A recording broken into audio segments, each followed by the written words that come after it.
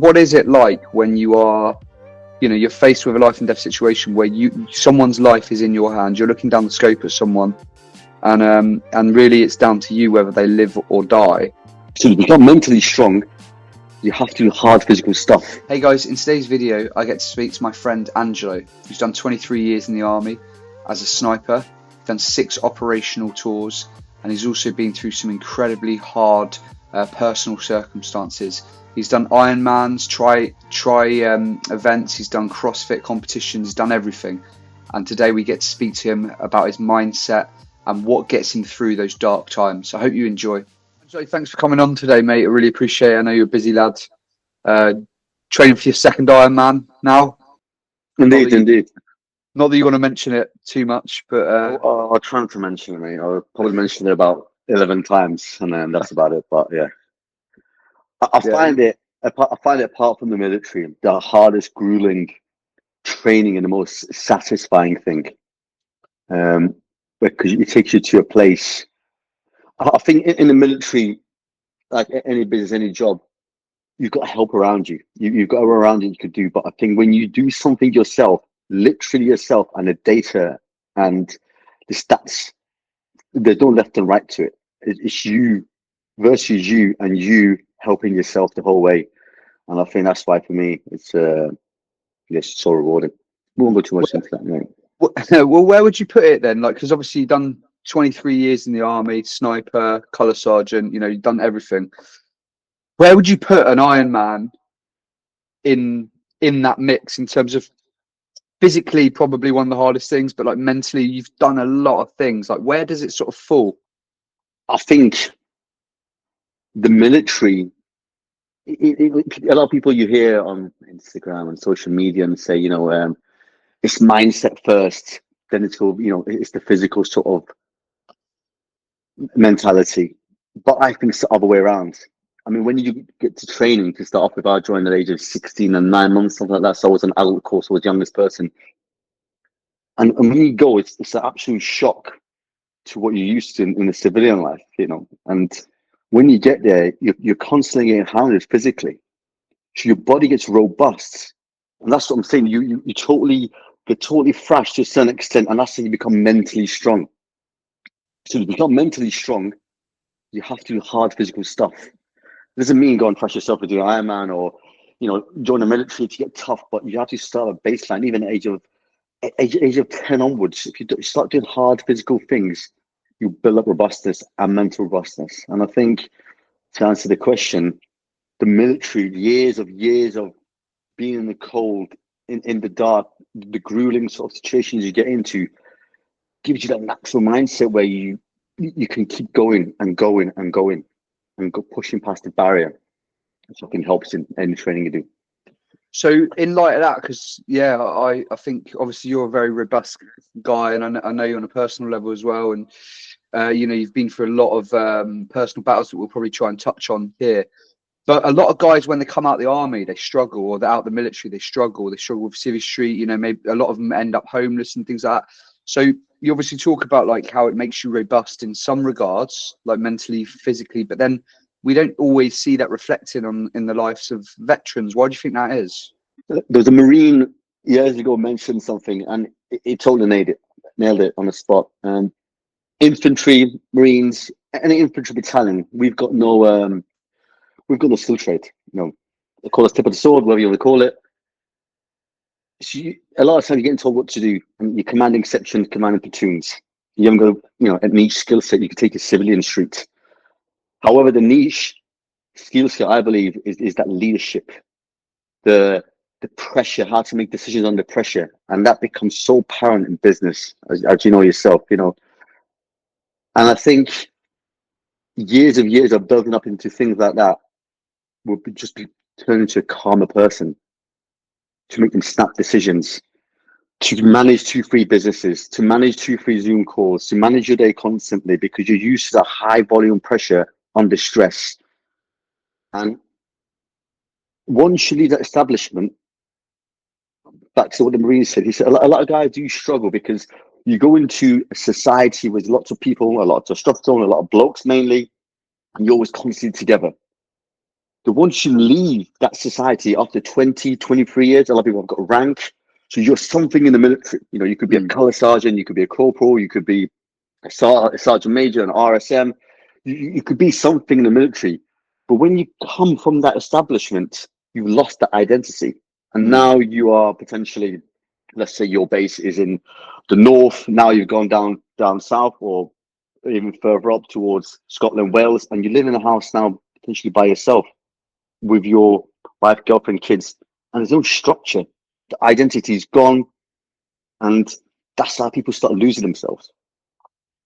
And for me personally, I used to always tell people when you get out, do something that you like doing, because we've all got this mindset of I'm going to get my full pension, and I'm going to get a boxy job. You know, I'm just gonna, I don't mind doing anything. And a lot of guys said that to me. A lot of high-ranking soldiers said, you know, I'm just gonna get out just to do something, just to get along with a pension. But that doesn't work. It does not work. There's so many guys now struggling because they're going into an environment where some, you know, they've done 23 years, 24 years, great records, a lot of awards they've got, and now been gone to establishment where, you know, a 20-year-old, maybe 25-year-old manager is telling him what to do to potentially go and stack that shelf. And it's like, you know, I've been to Sandhurst, I've been to war, I've been to this, and that's how they slowly start crumbling, thinking this ain't for me. But I think the best advice again I've heard or I always give as well is go and do something you like, go and do something you enjoy. The money will come later. The money will come later, but it's just trust the process. And so you obviously done a long time in the army, and you've done lots of experiences and things. Is there any particular time or tour or day that stands out to you in your career that you, for whatever reasons, it was the hardest thing you've ever done, or you know, a particular operation that went wrong or anything like that? Is there anything? Is there like a single sort of event that you can look back to and with fondness or with sadness? Yeah, I think I'll start with a kind of a downer and go up. I think it's always a good way of doing it. I think death is always hard. I think seeing your friends getting hurt is quite tough. You hear, my father-in-law said to me about Queen and Country and stuff, or King and Country now. You hear a lot of things like that, but especially in infantry battalion, it's not about that. It's about the person next to you. And once you've got that bond, you know, you become closer with each other than you're with your family. And people use this phrase, blood thicker than water. Yeah, that's all well and good. You know, you can't choose your family, but you can choose your friends and how you adapt with each other. You know, you cry, you bleed, and you do all sorts of things together. And that's the bond is, you know, it's something where it'll always be there. And especially when you meet a soldier or a Marine or someone in the Navy, you kind of have that conversation straight away and you have that click because it's just there. It's always been there because you've all been through hardship in the past and no one forgets training. And basic training, you never forget your first instructor, you know, your last instructor and what's happened in the cold, dark nights. And you could always revert back to that. It's like knowing your first school teacher. Everyone knows their headmaster or school teacher. It's similar same thing. But I think, yeah, things like death. I always remember some of the worst exercises you can go on, the cold, hard, dark ones, especially when you're laying in the LP and observation post where you go dig in and you sit down and watch something for 7 hours a day or 7 days and you're constantly swapping about and you're barely eating anything and you lose so much weight. And that's why it's so hard to keep a good nutrition plan in the military because you're constantly going away back and forwards. But it's good to prepare before you go away so you get that strength to start with. What's it like, you know, say you've lost a lad on tour from your regiment or your troop? Do you have troops in the army? Well, no, we don't call it troops. We've got sections, platoons, then companies, then battalions, then regiments. Yeah. How do you continue, or how do you operate? You know, the day after losing a lad from your section, or you know, what's your mindset? Because I think this is something that like civvies really don't always get the concept of. Like, you know, you're a small, close knit group of guys out in a random freaking country or whatever, being asked to do, you know, a hard job, hard roles, and then a lad dies, and it's not like here where, you know, everything would stop and then you'd do an investigation and be like, right, what went wrong? It's like you've got to go again. You've got to go out the next day, and you've got a job still to do. How do you manage that? There is set things in the military where trauma risk management is called, where you have that. But however, that doesn't, that's putting a blanket over the problem. Especially on tour, you have to sometimes, it's happened. And when it's a rough area, you have to crack on the next day, because it's either kill or be killed, isn't it? You can't just say, like, guys, let's stop, and we've got to stop for a week, because these guys are still going to come and try to attack you. You have to keep defending. And that's where guys can't process it, because you just get told, listen, it's happened, it's bad, let's crack on. And there's still guys suffering now. There's still guys suffering now. You know, there's a lot of trauma which we don't deal with, especially men. Men like to, again, the big thing in the military is we have to kind of man up and crack on with it. Then the aftermath comes years and years later, especially when you leave the military. You always process things, everything's a bit more slower, and like, what happened there, what if this, what if that, and it slowly gets to people. It does. And there's a lot of guys struggling, and it's there should be more help out there. I got stats, I think 6-7 years ago, the biggest death in the US Army is actually suicide. I don't know what in the British. This was when I was out in Burundi. Wow. And when I heard that, I thought, wow, that's big. Considering we got the wars that are going on and the RTAs are happening, and the biggest death is suicide in the US military. And I'm sure you're hearing it as well. In the last, I'd say, 6-7 years, there's been a lot in the British military as well. I'm not saying British Army, but Navy, Army, Marines. There's been quite a lot, and yeah, I think these issues should be getting rest and try and get help out there. But they ain't even talk about funding, and it's quite hard to get it there. But there is ways to cope with that. There is ways. Yeah, because you've done 6 tours, which is a lot of tours by anyone's stats or whatever. You've done, was it 2 in Ireland, 2 in Iraq, 2 in Afghan, or Yeah, that's right. Yeah, two, yeah, two, two. and 2 to 2. So you've done a lot over that long period of time, and also, you know, in a kinetic job like being a sniper, you know, where you're very close to. Well, we'll talk about that in a bit, but you're one of the most positive people I know. You know what I mean? And like, and you've done, you know, you've gone through even harder things than that as well. But like, how do you stay positive in that? Because a lot of people crumble. A lot of people would have crumbled with what you've dealt with. But you're so positive. How do you do that? I think everyone crumbles. Everyone has to break. I think once you're completely broken and you're in a dark place, the only way is going up. You know, and for me, in the military, I was never actually really broken. I was always quite happy, and I always found things as a game and didn't take it too seriously. Sometimes I was a problem child, a lot of times I was a problem child actually. But it's that military mentality anyway, you know. But I think having a good team around you and being physically fit takes a lot out of it. Being physically fit it does a lot. You know, there's a podcast I listened to about neuroplasticity and how you can rewire your brain to certain things. If you get up in the morning with a negative attitude and you get up, start morning, I think today's going to be crap. Oh, this is happening. Can't bother doing this. It's going to be a crap day. If you get up in the morning and say, you know what, the sun's out, I feel good.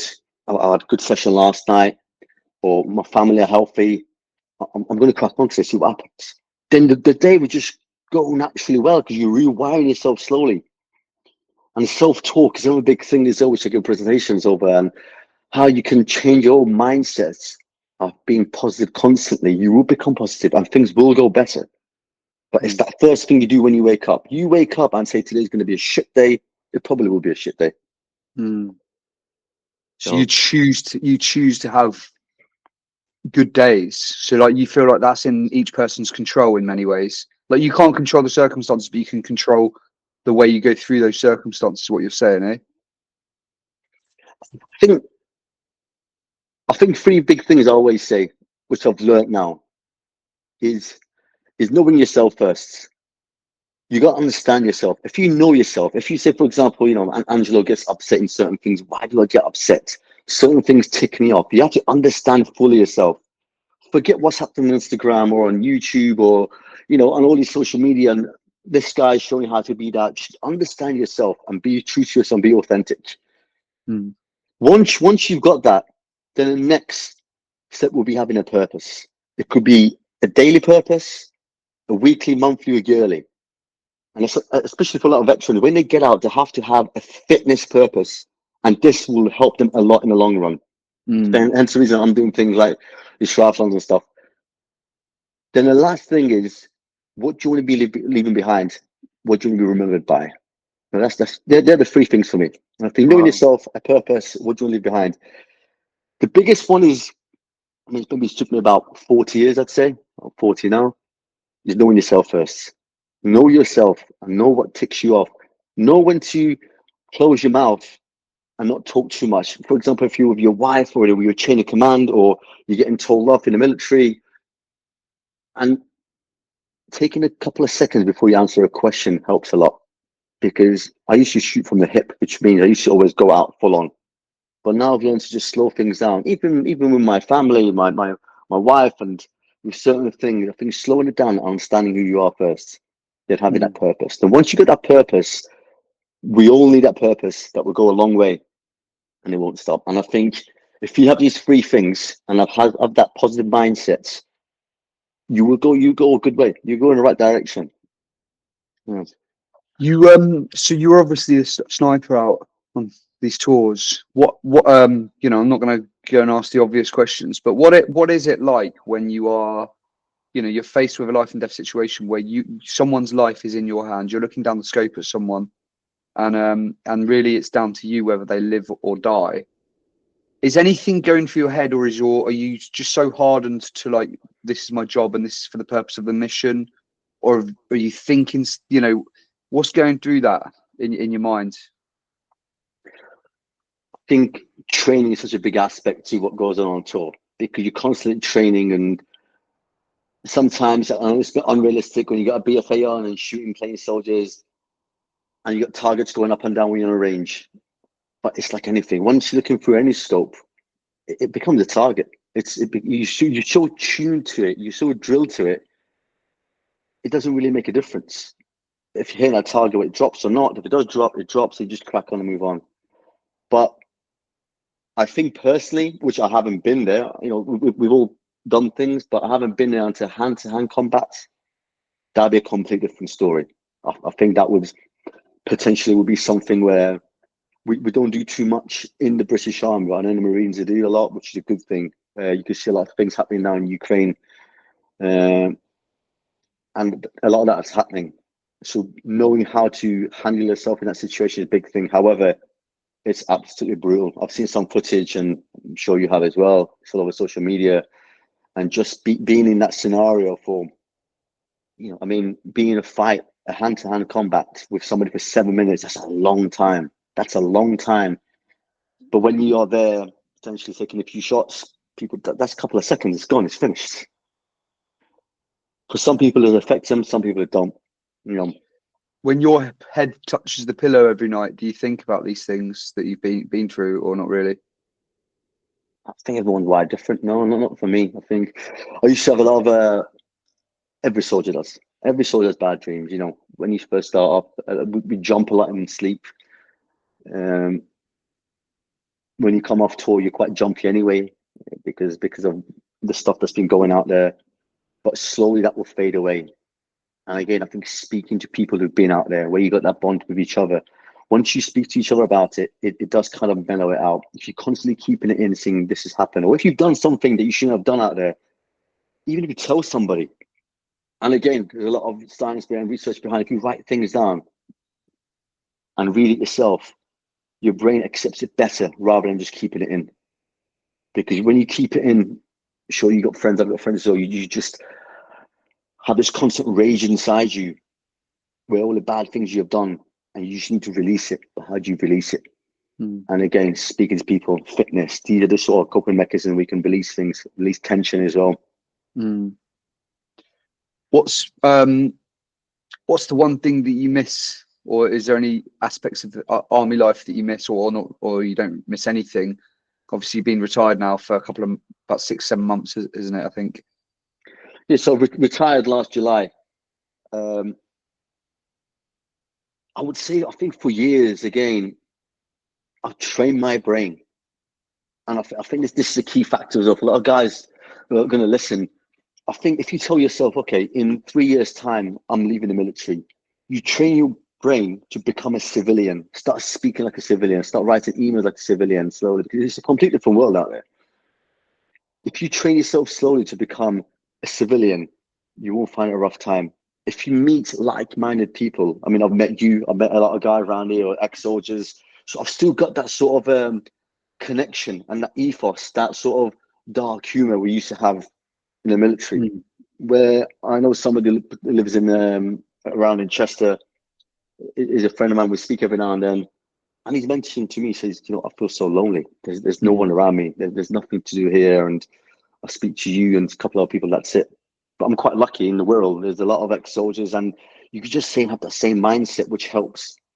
And I think if you haven't got that soldiers around you, I think doing hard fitness sessions, a lot of functional fitness, I'd say CrossFit, the people that go to CrossFit again have that same mentality. It's similar to us soldiers, you know, they want that hard grunt, they want that toughness and that robustness, they've got that there. And you realize we actually all get on together. So that kind of ethos, that camaraderie is still there. So anything, any sort of hard fitness session, high rocks, CrossFit, anything like that, you join the gym, you go somewhere there and you just realize these people are kind of the same mindset as me. You know, they're driven, they want hard stuff, do it and move on and go. So I think that will help as well. You went through a really, I mean, like when I think about it, it's probably one of the most traumatic things that can happen to a person. You were obviously you were in a car crash with your wife, and she got, she was amputated in the crash, and you saved her life. And I heard you give a talk about it to the Royal Irish about drink driving because the opposite driver was drinking and things like that.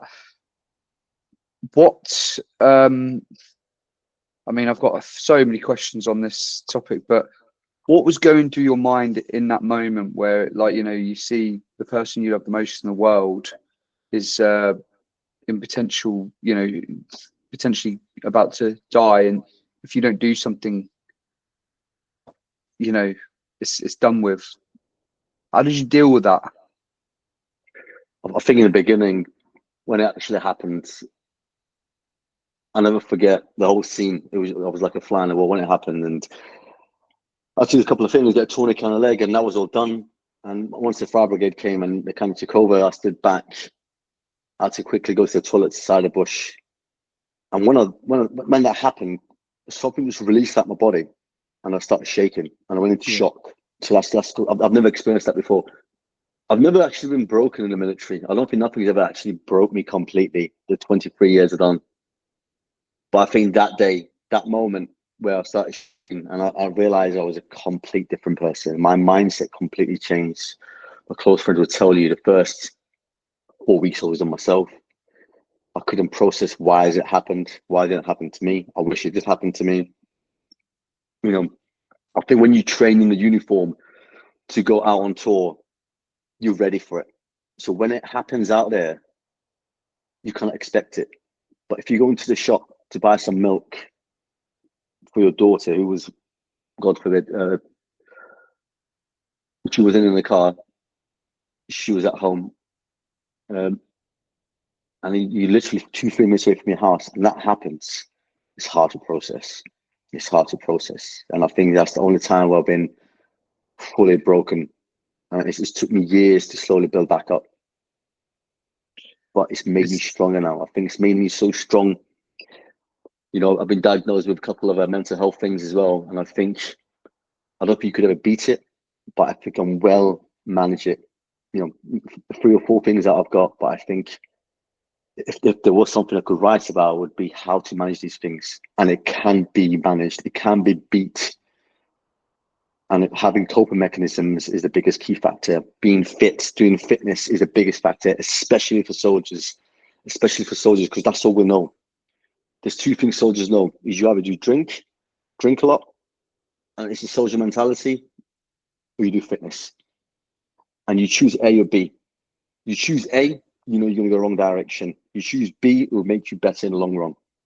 And I think for me, the fitness, the goal setting throughout the year is what keeps you on the straight and keeps you positive and keeps you on the right mindset. Otherwise, you will go down that spiral. You will do. And it's hard to get that spiral as well. Obviously, the aftermath of that incident is, you know, your life looks completely different now. And, you know, Leanne obviously has a different life to what she had before that. What would you say to, because like, I was so ignorant and naive, I guess, towards this sort of thing beforehand. You know, when I thought of like lads who had got the legs blown off or whatever in Afghanistan, I thought, like, you know, it's a 6 to year month process of them just learning their new life and it's all good. Having spent time with you guys, I realised, like, you know, you're years down the line and there's still pain attached to that injury, and there's operations still happening. There's, you know, just everything has changed for you. How have you been able to stay close together as a couple, dealing with this? Because I think, like, in this generation, couples give up so easily, don't they? Like at the slightest sort of, oh, we're not compatible anymore. Whereas you guys have stayed, you've been able to stay strong and get through this together. And yeah, just how was that? It's a massive question, that, but like, how have you been able to get through this and work through this together? I think adversity is a, you know, is a big thing. I think Leanne's so strong. What she's been through is absolutely horrendous. The amount of operations she had, the amount of pain she's, you know, endured as well, and it's hard to watch. But I think there's been hard times. Of course, going to be hard times. It's never going to be all rose. Everything's all fine. Everything's all perfect. There's going to be ups and downs. But it's how you come out of that and saying to yourself, you know, what do we want from each other? What do we want?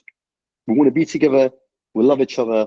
Let's just work for it. These are going to be hard times, but these hard times don't ever last. You know, these are snippets in our life. But then again, throughout that segments of what goes on in your life, there will be segments, there'll be phases in your life. That phase you go through, you fought through it and you come out much stronger. And there is a bond that can't be broken, especially if you've been with each other for something so horrific. There will be a bond that cannot be broken. And I always tell her that as well. But again, is like I mentioned, the first thing is knowing yourself. Especially, for example, for me, knowing myself, compromising things, helping constantly, not being too, especially have that military mindset constantly of, we're going to do this, we're going to be late, we're going to do that, because you do turn like that, you do get institutionalized. I've learned to just relax a bit more rather than, you know, especially the Zoom call, for example. I literally come back from a run, I had 3 minutes to eat, quickly get something on, and I was actually not stressing. I was like, I need to make it for definitely half two. But because that's 23 years of having that mindset where you have to just like, you know what, we're going to go to an appointment, we're going to go to a couple of minutes late, it's fine, you know, and not put the pressure on the other person. And that's what triggers things off in a relationship. It's just learn to be a bit more calm, take everything in, and not be too abrupt with things, and talking with each other. I think talking is a big thing, because one thing I've learned, if you there's let's say you got differences, there's something that, you know, you don't agree on, rather than leaving it, speak in a manner where it's not too abrupt and you could just iron it out, rather than leaving it, it's building up, then we turn into 5,000 arguments in that year. Because we always put big things back, don't we? But in an argument or something does happen, you always say, well, that happened. You always bring it back. So it goes from something so small into, let's just bring the past behind and bring it all the way into the argument, then turns to 5,000 arguments a year. But again, knowing yourself, again, it's having that thought process of slightly having a pause before you say something and just understanding the situation rather than jumping into it and shooting from the hip. It's great, mate. Great life lessons for young guys. I know we're against the time here, so Yeah, I just want to thank you for coming on, spending this time with us, and I know your heart is to help young guys grow, develop, and you know, you come on our weekends, and some of the life lessons you instill in the guys is incredible. So thank you for. I've got about a million other questions, mate, but I'm sure we can do another one of these at some point. But yeah, thank you very much, Angelo. I appreciate you, bro. Thank you, mate. Appreciate it. And I think what you didn't get was great, mate. You're authentic. And again, since we've known you, you're always the flavour of the month. And a lot of my family don't like people, but you all seem to be somebody where you're very likable and very authentic. Keep doing what you're doing. And anything I can do to help you, just let me know. Appreciate it. Cheers. Cheers, bro. Thank you, Take mate. care. Appreciate that. Cool. Guys, just wanted to introduce some of our events that we run. We run expeditions in Scotland and the Lake District. We also run military prep weekends. For anyone who's serious about joining the military or just wants to see what it's actually like being in the military, we give a snapshot view of what it would be like. We also teach really basic skills like map reading and navigation, meaning that when you go down there, you're not a rabbit in the headlights with these things, but you've also got a really good base knowledge before you go in, meaning you can excel as a recruit. All the instructors on the weekends are former Royal Marines commandos or serving military personnel. And the whole idea of the weekends and the week-long events is to really invest into you as the member. It's not about thrashing you and beasting you and making you feel rubbish. It's really about growing you as a person.